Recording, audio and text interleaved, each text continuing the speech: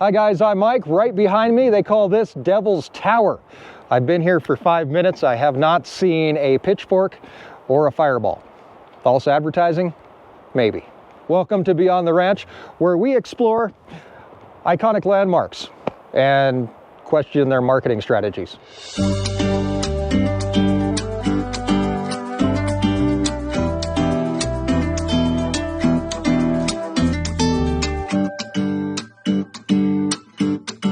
Hey there guys, and welcome back. Today we head out to one of Wyoming's most iconic landmarks. It's called Devil's Tower.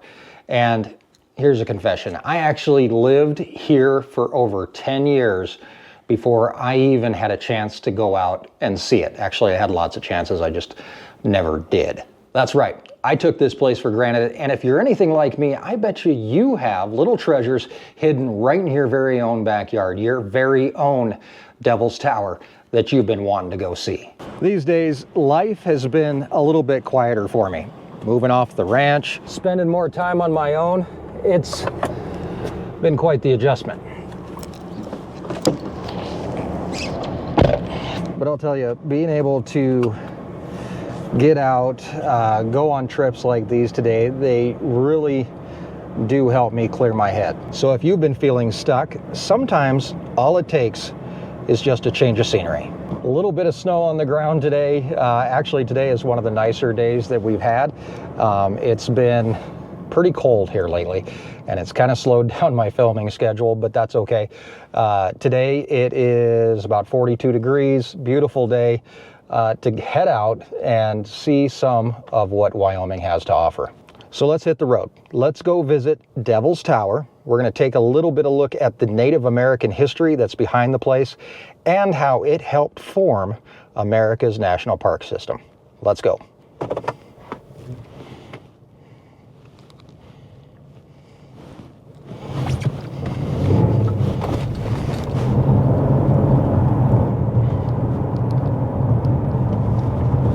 Devil's Tower is about an hour, 20 minutes or so from Gillette, and as you know, I am a huge fan of history. We're going to talk about the history along the way, also a little bit about what's going on in my life. So I hope you stick around for this little bit of a drive. No fast forwarding, although it's tempting because it's going to take us a few minutes. Honk honk. First stop that, well, not a stop, the first, how do I word this? The first route that we're taking, let's go with that, is I-90, Interstate 90. As opposed to like people from California, and I don't know where else, we don't call it the 90 here in Wyoming, it is just I-90. I've actually had some friends, folks that I've talked to from other states, and they keep on calling it the 90, and I get confused about that. But so we are cruising on I-90, which speed limit's 80 miles an hour, which is nice. Roads are good, a little wet, but not horrible. 42 degrees definitely takes care of some of the snow that was on the road. I-90 is actually a pretty long interstate, running about 3,000 miles from Seattle, Washington, all the way to Boston, Massachusetts. In fact, if we went the other way, so we're heading east, so if we went west on I-90 instead of east, we would actually come up on another pretty historical area that I hope to visit here in the near future, and that is Custer Battlefield, Bighorn Battlefield, which is heading as you're heading up towards Billings. So hopefully we get a chance to go visit that before too long. But for now, let's concentrate on on Devil's Tower and well, probably the road.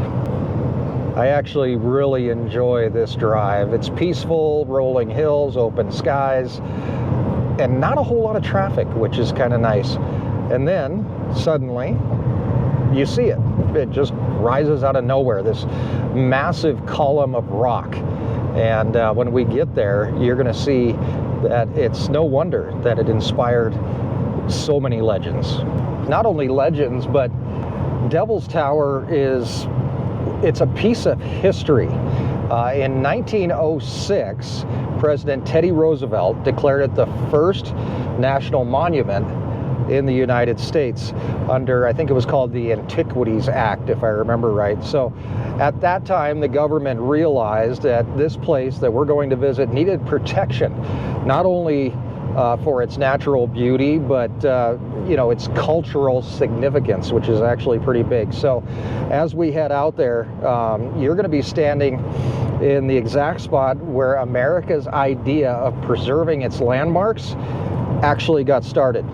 It's kind of cool to think about that. The spot that we're going to set the stage for protecting everything from the Grand Canyon to Mount Rushmore to the Statue of Liberty. So it's a pretty special place. Speaking of history, obviously you guys, if you've been following along for a while, you know a lot of my history. I've been around on YouTube for the last 8 years. Over the last year, things have gotten really shaken up for me, and lots of changes, lots of, you know, kind of recalibrating yourself and coming up with new ideas.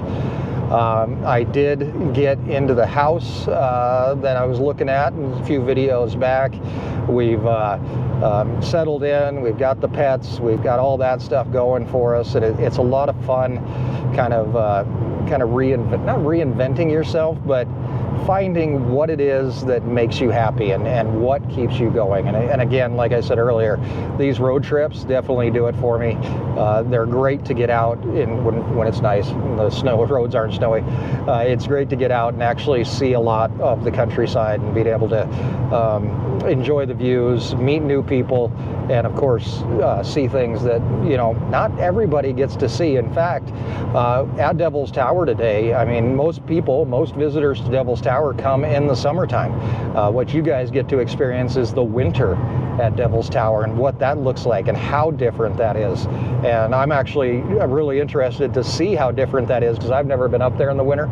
So there's a path that goes around the entire tower that you can walk. I doubt we'll be able to go on that. I imagine the snow is probably built up, but who knows? We'll find out when we get there. All right, time to say farewell to I-90, or the I-90, if you want to be weird about it. And now we are exiting in Moorcroft, Wyoming, where we're actually going to swing through town and head north for a little while until we end up at Devil's Tower. So a little bit more of a drive to go, but that's okay. One of the cool things about heading north out of Moorcroft, and Moorcroft is a pretty small town. I'm not even sure, unless I pass a population sign here, I don't know what the population is, but it's pretty tiny. But where was I going with that? The cool thing about Moorcroft is this is where you turn, you head north. And then you get to start seeing some changes, because actually what we're doing at this point is we're heading into the Black Hills of Wyoming. Everybody's heard of the Black Hills of South Dakota. It's where Mount Rushmore's at. Hey, there's that sign I was looking for. Population 946. Elevation 4,206 feet. So anyway, we're going to be heading into the Black Hills of Wyoming, or what some people call the Western Black Hills. But this is where we start to get to see some real changes in the scenery as we head up that way.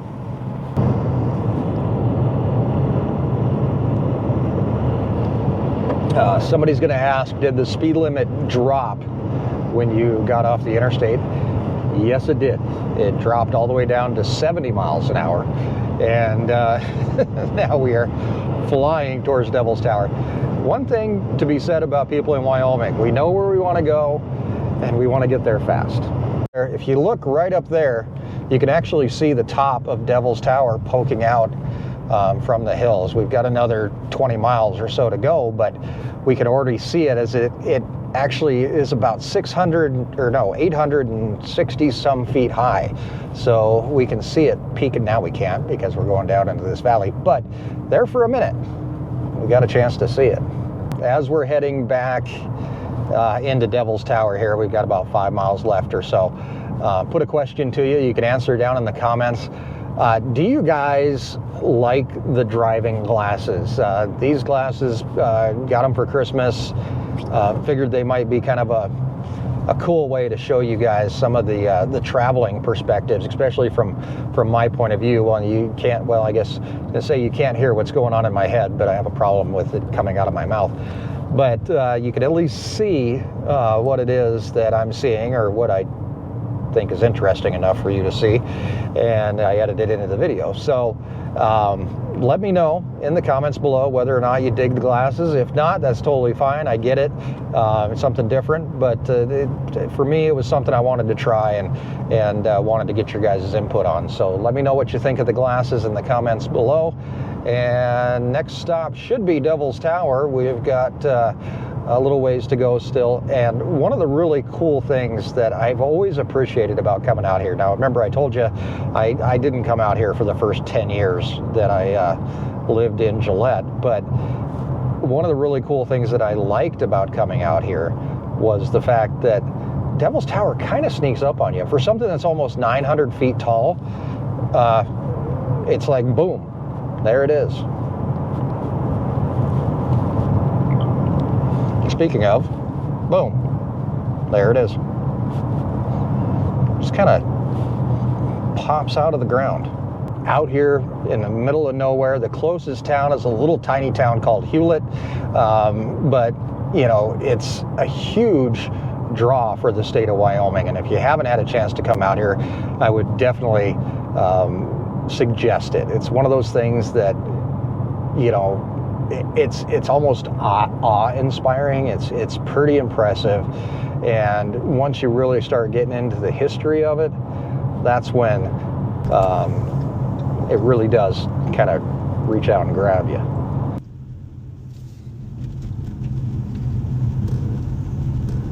There it is, folks.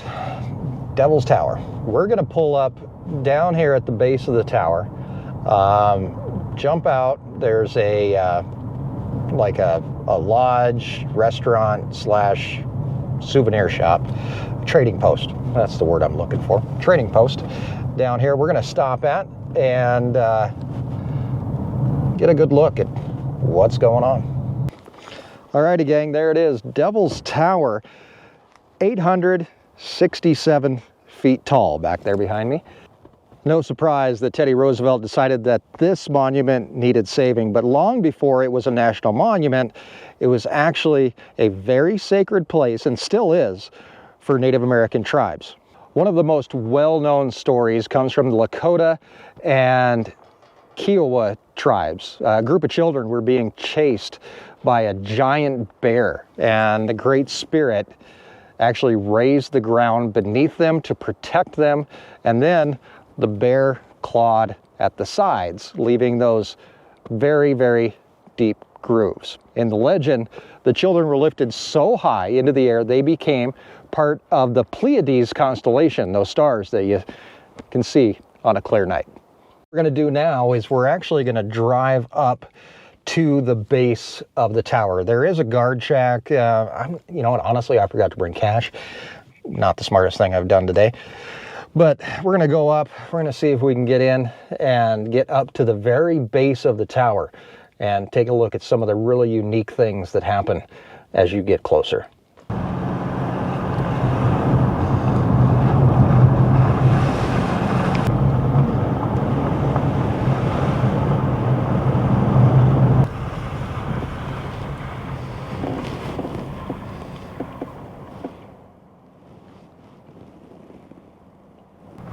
And we've arrived. We are up here at Devil's Tower. Actually, you know, considering that it's January in Wyoming, there's quite a few cars here, which is actually pretty impressive. That people come up here for a little solace, a little peace of mind, maybe. Kind of a cool thing. All right, we're gonna find somewhere to park here. And it looks like we're going to be able to walk up at least a little ways and take a look around.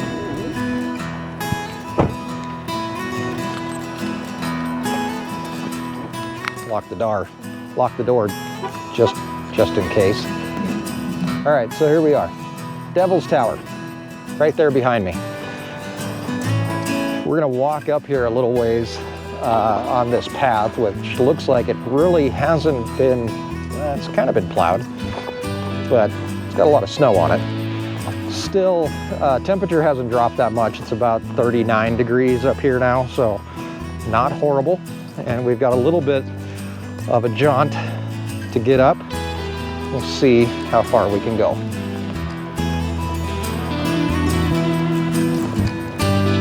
I think this is the first time I've ever been here when there isn't just a ton of people. And it's quiet. You can hear the wind moving through the trees. It's actually very, very peaceful. Kind of a cool experience.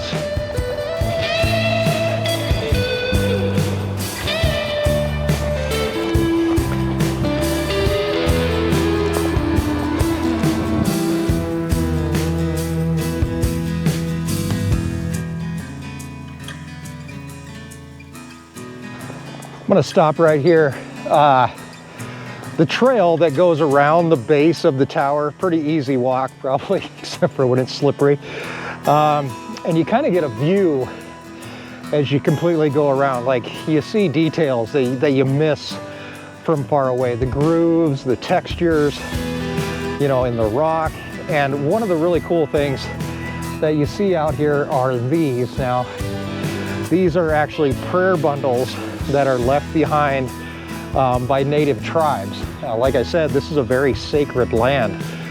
For the Native American tribes, this just isn't just a landmark. It's a sacred place where they come to pray, they leave offerings, they honor their loved ones and their traditions. That's why there's actually a voluntary climbing ban in June to give space for ceremonies and stuff like that, kind of sharing the space. I guess sharing the space with respect feels like it's the right thing to do. And there are people that climb this thing. I don't see any climbers out today. That'd be kind of crazy, but I've got a lot of respect for the climbers who tackle this, but I think I'm gonna stay here on the trail. My climbing days kind of peaked in high school. Coming here feels different for me now. Back when I was busy with the ranch life, I never really slowed down enough to see the places like this. Now, with life being a little bit quieter, trips like this, for me, are my way to reset and remember there's so much more out there like that. And if you've seen Close Encounters with the Third Kind, Close Encounters of the Third Kind, you know this is where the aliens landed. Spielberg turned this place into a sci-fi icon, which, you know, if you're feeling like you're being watched while you're here, you might not be wrong.